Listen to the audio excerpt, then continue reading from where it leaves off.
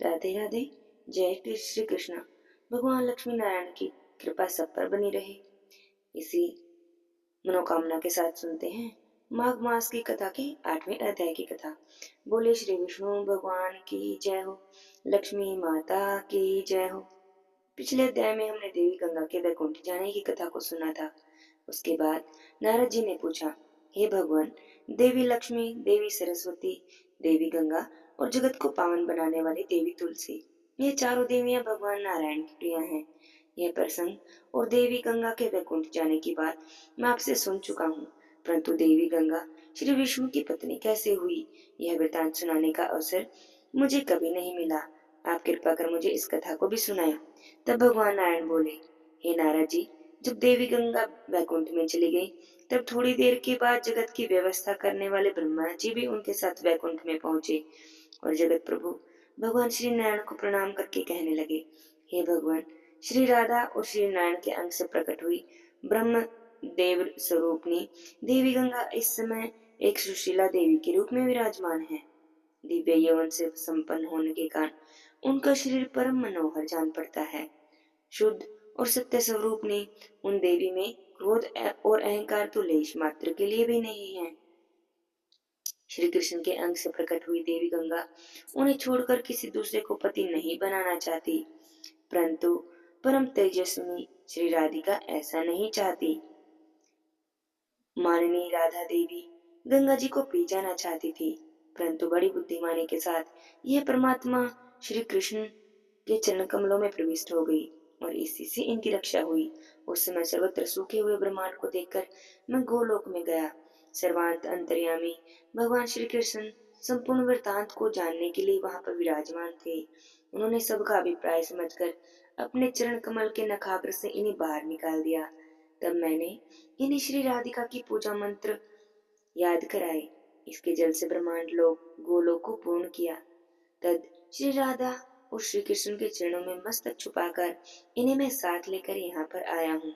हे प्रभु, आपसे मेरी प्रार्थना है, इन सुरेश्वरी देवी गंगा को आप अपनी पत्नी बना लीजिए। हे देवेश, आप पुरुषों में रतन हैं। इस साध्वी देवी को स्त्रियों में रतन माना जाता है, जिसमें सत्य असत का पूर्ण ज्ञान है।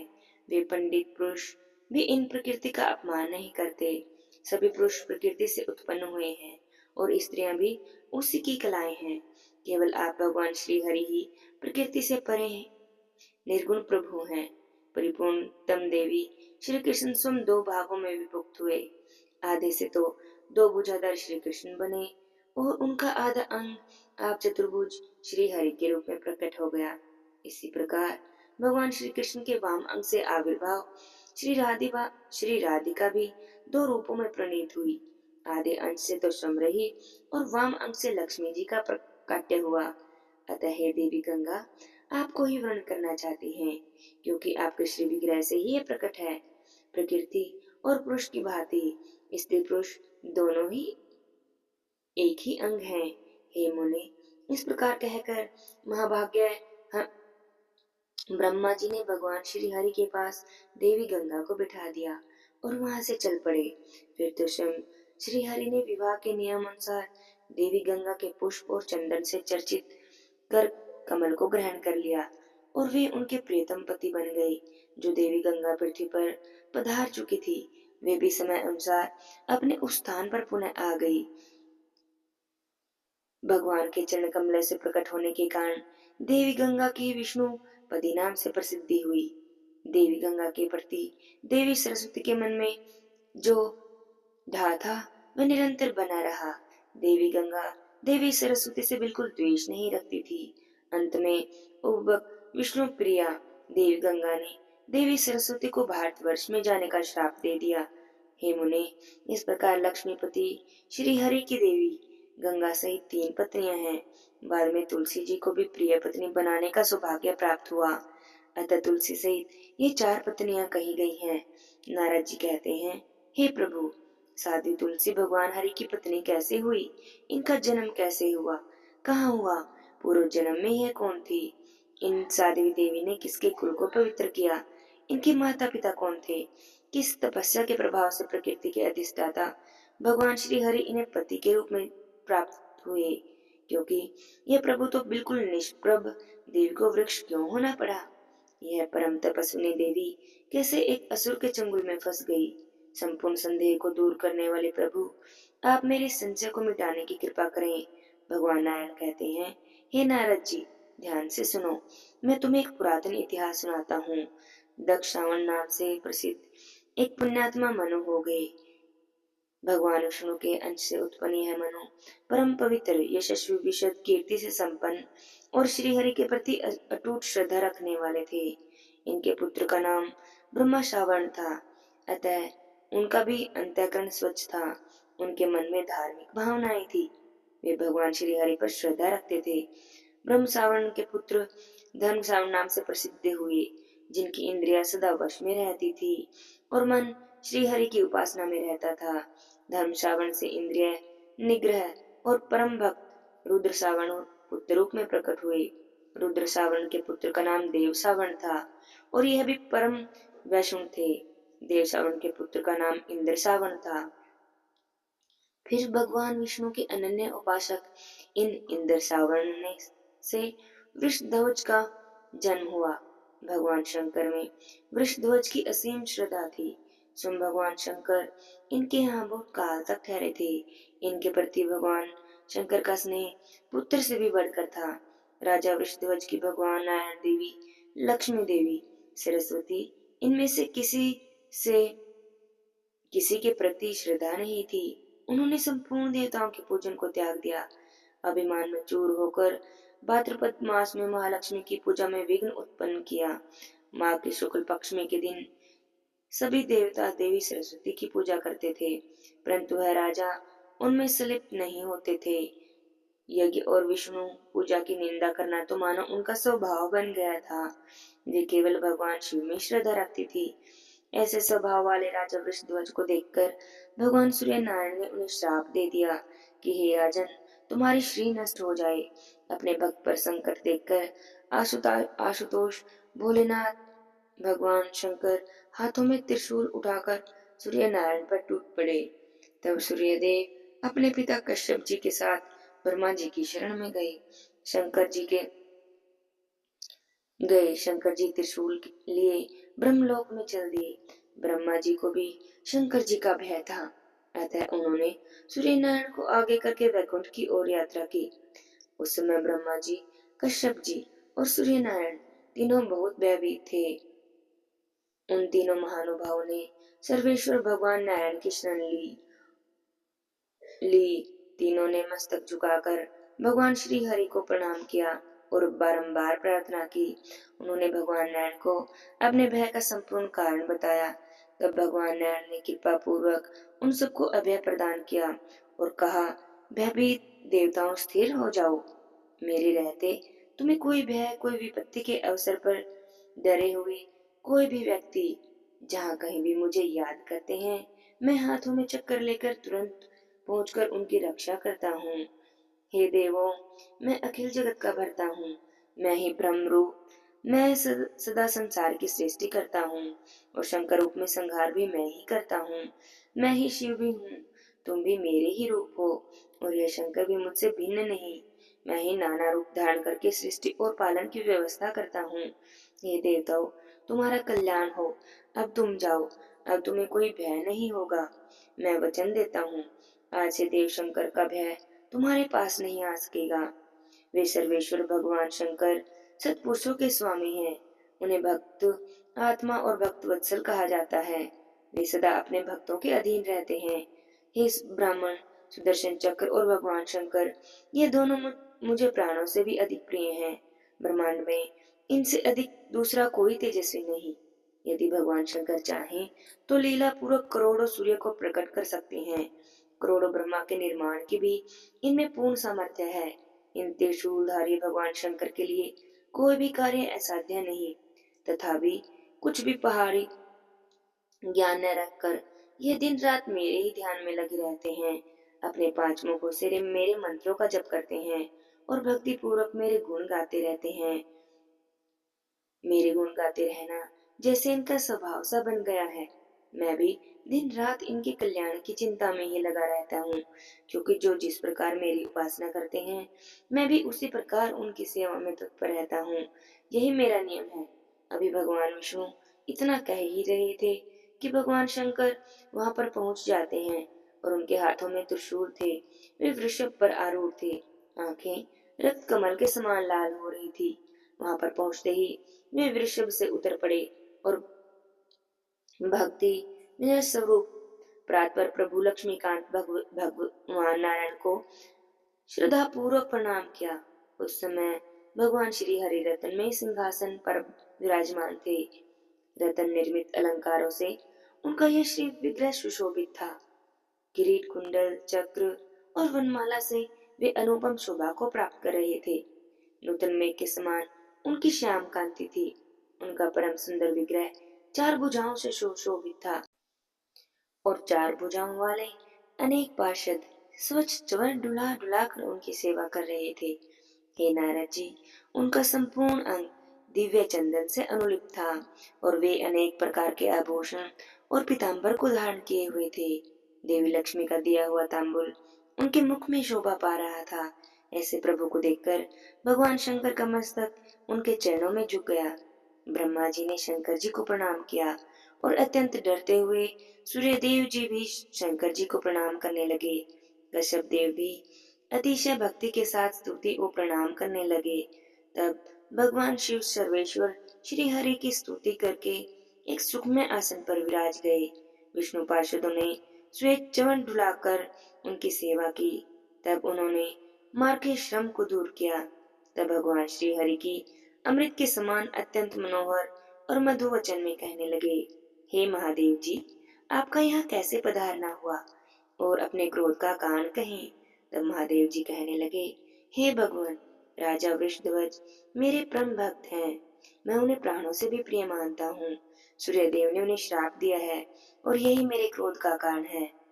जब मैंने अपनी कृपा पात्र पुत्र के शोक से प्रभावित होकर सूर्य को मारने के लिए तैयार हुआ, तब वह ब्रह्मा जी की शरण में चले गए और इस समय ब्रह्मा जी सहित उन्होंने आपकी शरण ग्रहण की है।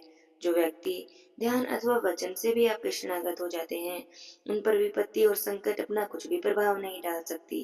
वे जरा और मृत्यु से सर्वथा रहित हो जाते हैं। हे भगवान, शरणागति का फल तो प्रत्यक्ष है, फिर मैं और क्या कहूँ। आपका स्मरण करते ही मनुष्य सदा के लिए अभय और मंगलमय हो जाते हैं। परंतु जगत प्रभु, अब मेरे उन भक्त की जीवनचर्या कैसे चलेगी, यह बताने की कृपा करें, क्योंकि सूर्य नारायण के श्राप से उनका शरीर नष्ट हो गया है। उनमें सोचने समझने की भी शक्ति नहीं है। तब भगवान विष्णु ने कहा, हे महादेव जी, कहा हे महादेव जी की प्रेरणा से बहुत अधिक समय बीत गया है। 21 युग समाप्त हो गए हैं। यद्यपि वैकुंठ में अभी आधी घड़ी का ही समय बीता है, अतः आप शीघ्र अपने स्थान पर पधारिए। किसी से भी न रुकने वाले अत्यंत शंकर काल ने इस समय वृषभ ध्वज को अपना ग्रास बना लिया। यह नहीं, किंतु उनका पुत्र रथ ध्वज भी अब इस जगत में नहीं है। इस समय रथ ध्वज के दो पुत्र हैं। उन महाभाग्य और कुश ध्वज वे परम वैष्णव पुरुष सूर्य नारायण के श्राप से श्रमहीन होकर जीवन व्यतीत कर रहे हैं। ऐसा कहा जाता है, राजा भी अब उनके हाथ में नहीं है। एकमात्र लक्ष्मी जी की उपासना ही उनके जीवन का उद्देश्य बन गया है। अतः उनकी भार्याओं के उदर से भगवती लक्ष्मी अपनी एक कला से प्रकट होंगी। तब वे दोनों नरेश लक्ष्मी से संपन्न हो जाएंगे। हे शंभु, अब आपके सेवक वृषध्वज का शरीर नहीं रहा, अतः अब आप यहाँ से पधार सकते हैं। हे देवताओं, अब आप भी अपने अपने स्थान पर जाने का कष्ट करें। हे नारद जी, इस प्रकार कहकर भगवान श्री हरि लक्ष्मी देवी के सहित सभा से उठे और अंतःपुर में चले गए। देवताओं ने भी बड़ी प्रसन्नता के साथ अपने अपने स्थान की यात्रा की। परिपूर्ण तब शंकर जी भी उसी क्षण तपस्या करने के विचार से वहां से चल दिए। भगवान नारायण जी कहते हैं, हे नारद जी, सुनो, धर्मध्वज और कुशध्वज इन दोनों नरेशों के द्वारा भगवती लक्ष्मी जी की उपासना करके अपने मनोरथ को प्राप्त किया। महालक्ष्मी जी के वर प्रसाद से उन्हें पुनः पृथ्वीपति होने का सौभाग्य प्राप्त हुआ। वे दोनों ही धनवान और पुत्रवान हो गए। कुश ध्वज की परम साध्वी भार्या का नाम मालवती था। समयानुसार उनकी एक कन्या उत्पन्न हुई जो देवी लक्ष्मी का ही अंश था। उस कन्या ने जन्म लेते ही सूतिका गृह में स्पष्ट स्वर से वेदों के मंत्रों का उच्चारण किया और उठकर खड़ी हो गई। इसलिए विद्वान पुरुष उन्हें वेदवती कहने लगे। उत्पन्न होते ही उस कन्या ने स्नान किया और तपस्या करने के विचार से वन की ओर चल दी। भगवान नारायण के चिंतन में तत्पर रहने वाली उस देवी को प्राय सभी ने रोक लिया, लेकिन उन्होंने किसी भी प्रकार की किसी की बात नहीं सुनी। वे तपस्वी कन्या एक मनवंतर तक पुष्कर क्षेत्र में तपस्या करती रही। उनका तप अत्यंत कठिन था, तो भी वह लीला पूर्वक चलता रहा। अत्यंत तपोनिष्ठ होने पर भी उनका शरीर हष्ट पुष्ट बना रहा।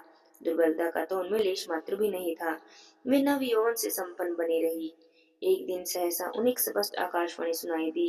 ए सुंदरी, दूसरे जन्म में भगवान श्री हरि तुम्हारे पति होंगे। ब्रह्म देवता भी बड़ी कठिन से जिनकी उपासना कर पाते हैं, उन्हें परम प्रभु को स्वामी बनाने का सौभाग्य तुम्हें प्राप्त होगा।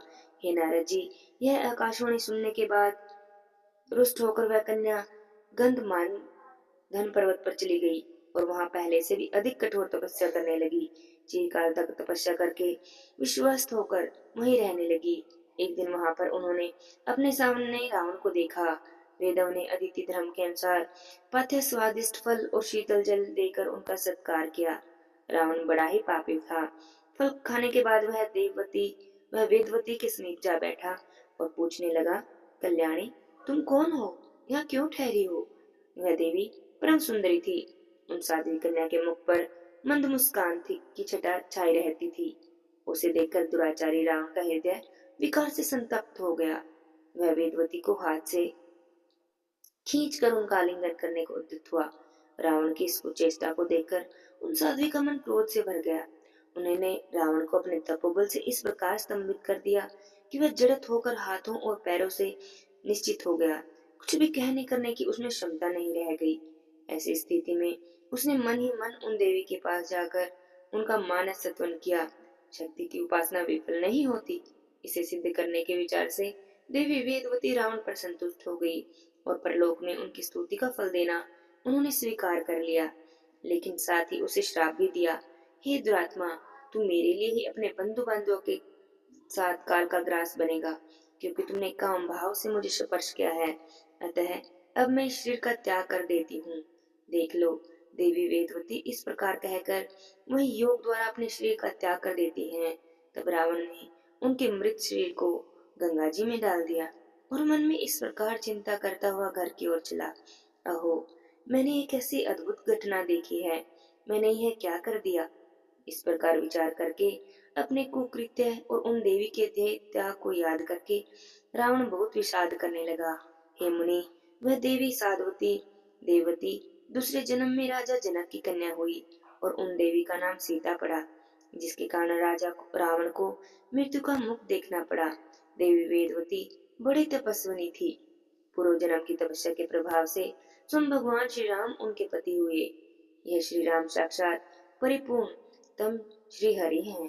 देवी वेदवती ने घोर तपस्या के कारण आराधना करके इन जगदीश्वर को पति रूप में प्राप्त किया था। वे साक्षात देवी रमा थी। सती रूप से विराजमान उन सुंदरी देवी ने बहुत दिनों तक भगवान श्री राम के साथ सुख को भोगा। अपने पूर्व जन्म की बातें समझ थी, फिर भी पूर्व समय में तपस्या से जो कष्ट हुआ उस पर कभी ध्यान नहीं दिया। वर्तमान सुख के सामने उन्होंने संपूर्ण पूर्व क्लेश की स्मृति का त्याग कर दिया। श्री राम परम गुणी, समस्त सुलक्षणा से संपन्न, रसिक, शांत स्वभाव वाले, अत्यंत कमनीय और स्त्रियों के लिए साक्षात कामदेव के समान सुंदर और श्रेष्ठतम देवता थे। देवी वेदवती ने अपने मनो अभिलाषी स्वामी को प्राप्त किया। कुछ काल के बाद रघुकुल भूषण सत्यसंध भगवान श्री राम पिता के सत्य की रक्षा के लिए वन में पधारे। वे देवी सीता और लक्ष्मण के साथ समुद्र के पास ठहरे। वहां पर ब्राह्मण रूप धारी अग्निदेव से उनकी भेंट हुई। भगवान राम को दुखी देखकर अग्निदेव का मन संतप्त हो गया। तब सर्वथा सत्यवादी उन अग्निदेव ने सत्य प्रेमी भगवान राम से सत्य वचन कहे। अग्निदेव ने कहा, हे भगवान, मेरी प्रार्थना को सुनिए। हे श्री राम, यह सीता के हरण का समय उपस्थित है। यह देवी मेरी माँ है। इन्हें मेरे संरक्षण में रखकर आप छाया सीता को अपने साथ रखिए। फिर अग्नि परीक्षा के समय मैं इनको आपको लौटा दूंगा। परीक्षा लीला भी हो जाएगी और इसी कार्य के लिए मुझे देवताओं ने भेजा है। मैं कोई ब्राह्मण नहीं बल्कि साक्षात अग्नि हूँ। भगवान श्री राम ने अग्निदेव की बातें सुनकर बिना किसी को बताए व्यतीत हृदय से अग्निदेव के प्रस्ताव को मान लिया। हे नारद जी, उन्होंने देवी सीता को अग्निदेव के हाथों सौंप दिया। तब अग्निदेव ने अपने योग बल से माया मई सीता प्रकट की। उनके रूप और गुण साक्षात सीता देवी के ही समान थे। अग्निदेव ने उन्हें श्री राम को दे दिया। मायामयी सीता देवी को लेकर वे आगे बढ़े। इस गुप्त रहस्य को प्रकट करने के लिए भगवान श्री राम ने सभी को मना कर दिया, यहाँ तक कि लक्ष्मण जी भी इस रहस्य को नहीं जान सके। फिर किसी दूसरे की तो बात ही क्या है। आगे क्या हुआ, यह हम अगले अध्याय की कथा में सुनेंगे। आज के अध्याय की कथा यहीं पर समाप्त होती है। बोलिए विष्णु भगवान की जय हो, लक्ष्मी माता की जय हो। जय जय श्री राधे श्याम।